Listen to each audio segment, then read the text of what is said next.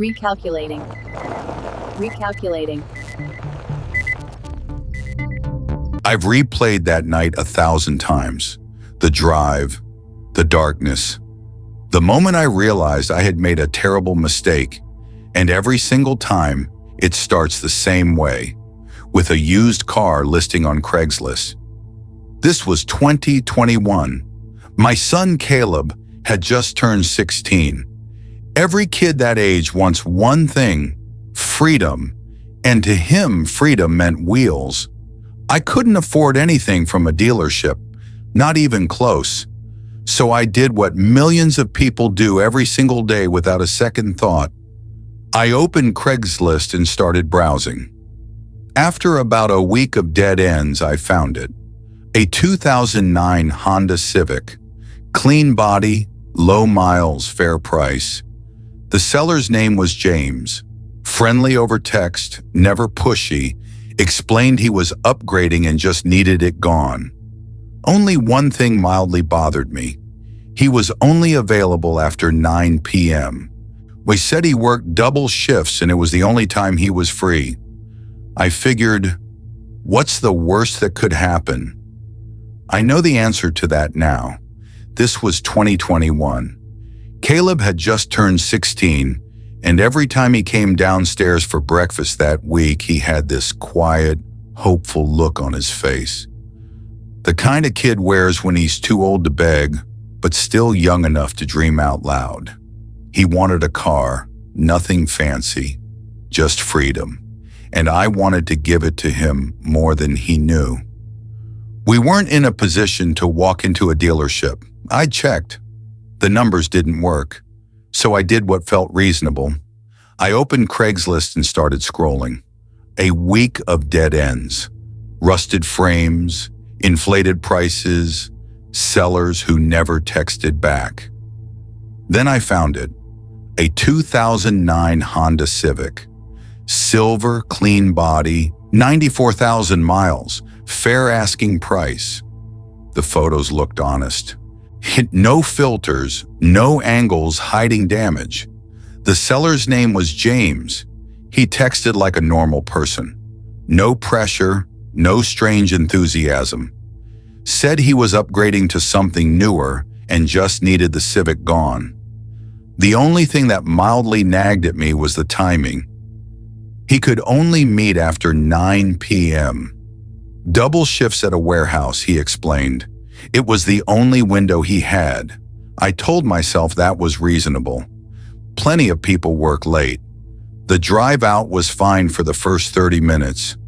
Then my GPS stuttered, recalculated.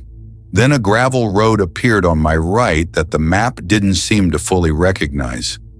It showed the path but refused to name it. I turned it down anyway. Trees closed in on both sides almost immediately. No houses, no lights, just the crunch of gravel under my tires and my headlights cutting maybe 20 feet ahead. And then the house appeared. It was massive, colonial style, old brick, the kind of place that had no business being at the end of an unmarked road. Dark across every window except one. Upstairs, far left. A figure standing there, not moving, just watching the driveway as I pulled in. James answered the door before I finished knocking. Tall, thin, unhurried in a way that felt deliberate. He said the car was around back and to follow him. We walked around the side of the house into the backyard, and the darkness back there was a different kind of dark. No streetlights, no neighboring properties, nothing. Just trees pressing in from every direction. He told me to wait by the car and went inside to grab the keys. He didn't come back. I called his name into the open door. Silence, then footsteps. Fast. Me from somewhere deep inside the house, rushing toward the back door and stopping just short of it. I stood completely still. I could hear breathing on the other side of the screen. I turned and walked toward my truck. James came around the side of the house, one hand visible, one hand behind his back, wide eyes, a smile that didn't fit his face. "You're not leaving already, are you?" I got in. I drove. Both rear tires were flat before I hit the end of the road. Slashed, I realized, sometime before I'd even knocked on that door. I drove on the rims all the way to the highway, sparks in my mirror, hands locked on the wheel. Caleb never got that car, but he still has his father. That's enough.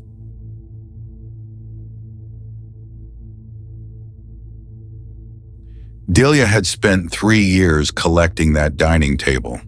It was the first real piece of furniture she ever bought with her own money.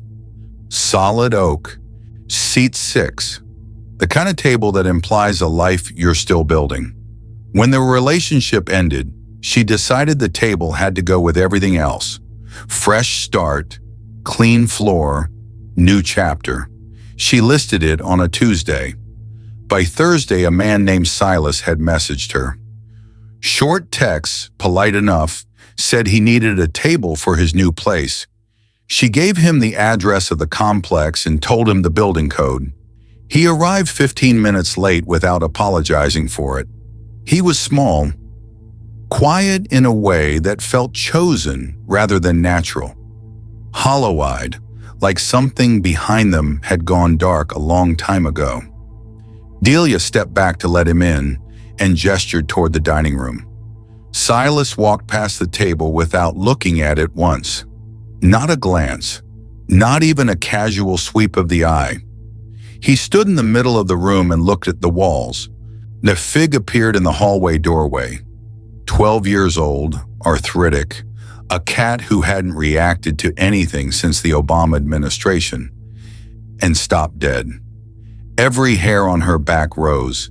She hissed at the wall beside Silas and didn't stop. Delia excused herself to grab the paperwork from the kitchen. She was gone maybe 20 seconds. When she came back, Silas was gone. The front door was pulled almost shut but not latched, a thin strip of hallway light bleeding through the gap. She stood there for a moment, then shrugged. Weird guy. I didn't want the table. Fine. She closed the door, scooped up Fig, and moved on with her evening. She watched TV for a few hours. Around 11, she clipped Fig's leash on and took her outside to the courtyard. And before heading out, she pulled her phone from her pocket and set it on the bed. It always dug into her hip when she crouched down outside. She'd be back in 5 minutes. She was back at 4. The phone was gone. She checked both sides of the duvet, lifted the pillow, checked the floor. She stood in the middle of the bedroom completely still, and that's when the cold moved through her. Slow, total, starting at the base of her spine. He never left. She looked down the hallway. Silas was standing at the far end of it, completely still, her phone in his hand, looking at her with that same empty expression, like he'd been waiting patiently for her to figure it out. Delia didn't freeze. She ran straight at him. The neighbor in the unit next door called 911 after hearing the noise. Silas was arrested on the floor of her hallway. By the following morning, he was out on bond, charges reduced to trespassing, essentially a fine.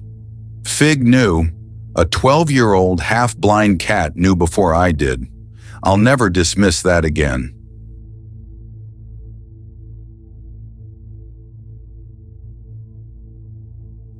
Owen had $340 left in his checking account and rent was due in 9 days. Selling the laptop wasn't a big decision. It was the only decision. He listed it on a Wednesday evening, priced it fairly, and by Thursday morning, a guy named Thomas had messaged him. Normal texts, easy back and forth. Thomas said he was a grad student, needed something reliable for coursework, and asked 2 reasonable questions about the battery life and the charger. He suggested a parking structure on Collier Street, 2 miles from campus. Said it was roughly halfway for both of them. Owen pulled it up on maps. It looked fine. Central enough, he confirmed for 8:30 p.m. and didn't think about it again. He should have thought about it again. The structure was empty when he arrived. Not just quiet, completely vacant.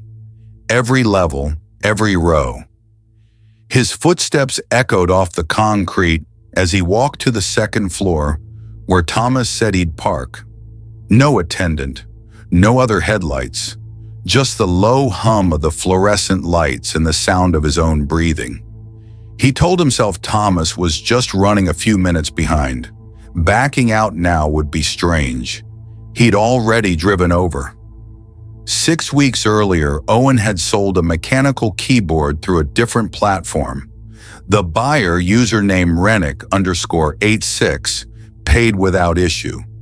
Then the messages started. Friendly at first, asked how Owen liked campus, mentioned the engineering building by name, asked if Owen still kept the same schedule on Tuesdays and Thursdays. Owen felt the temperature of it change and reported the account. Got an automated response. The account disappeared. He filed it away and moved on. He hadn't thought about Rennick_86 in over a month. Headlights swept up the ramp. A dark sedan came in slowly and parked head-on into the space directly facing Owen's car, close enough that backing out would require maneuvering. The engine stayed on for a moment, then it cut off. The door opened slowly. The man who stepped out was not Thomas. Owen recognized the face immediately. He had looked it up when he filed the report, had stared at the profile photo long enough to memorize it without meaning to. Same jaw, same build. Rennick walked toward him, unhurried, like he had all the time in the world, and smiled. He said Owen's full name, then his girlfriend's name, then the name of his dorm building and the floor he lived on. The passenger door opened. A second man stepped out and said nothing. Owen ran straight to the stairwell, down 4 flights, out through the side exit onto the street. He didn't look back once. Called 911 from a gas station 2 blocks away, hands shaking so badly he misdialed twice. The plates came back stolen. No identity match. No arrest, nothing. I transferred schools the following semester.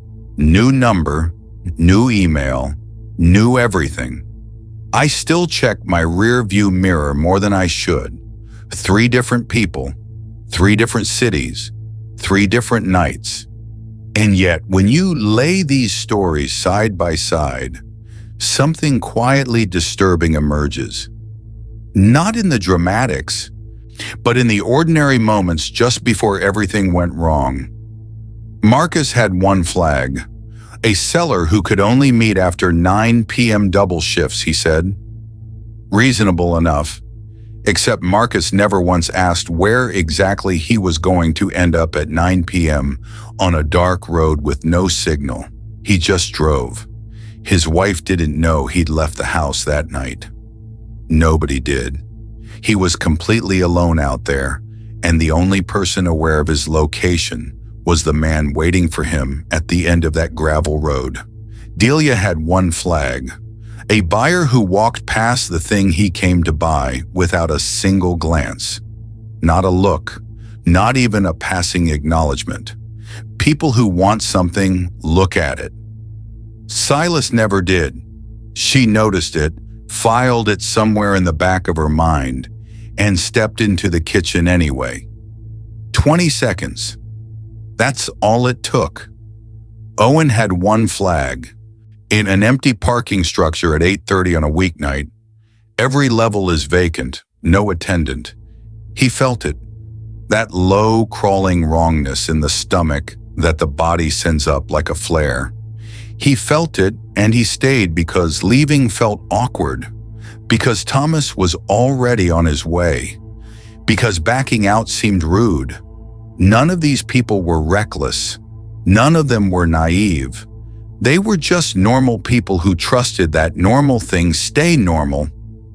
And on one ordinary night, they didn't.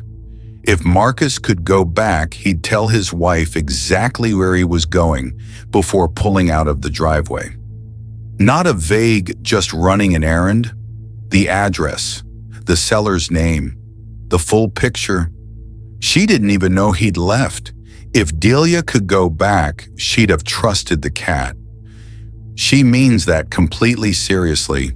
Fig had lived 12 quiet, in unbothered years without hissing at a single thing. And in the one moment it mattered, she hissed. Delia walked away anyway. If Owen could go back, he'd have searched that username the second it made him uncomfortable. Not a week later. Not after filing a report and forgetting about it. That same night, 6 weeks before any of this happened, the warning was already sitting right there in his messages. The red flags in these stories were never loud. They didn't flash. They whispered. Small, quiet, easy to explain away with logic and politeness and the reasonable assumption that most people are fine. Most people are, but not all of them. Craigslist is just a website. The danger was never the platform. It was the person on the other side of the screen. And they're still there, still listing, still waiting for someone to say yes. If this story made you stop and think, share it with someone you care about. It might matter more than you know. Like, comment, and subscribe so stories like these keep reaching people who need to hear them.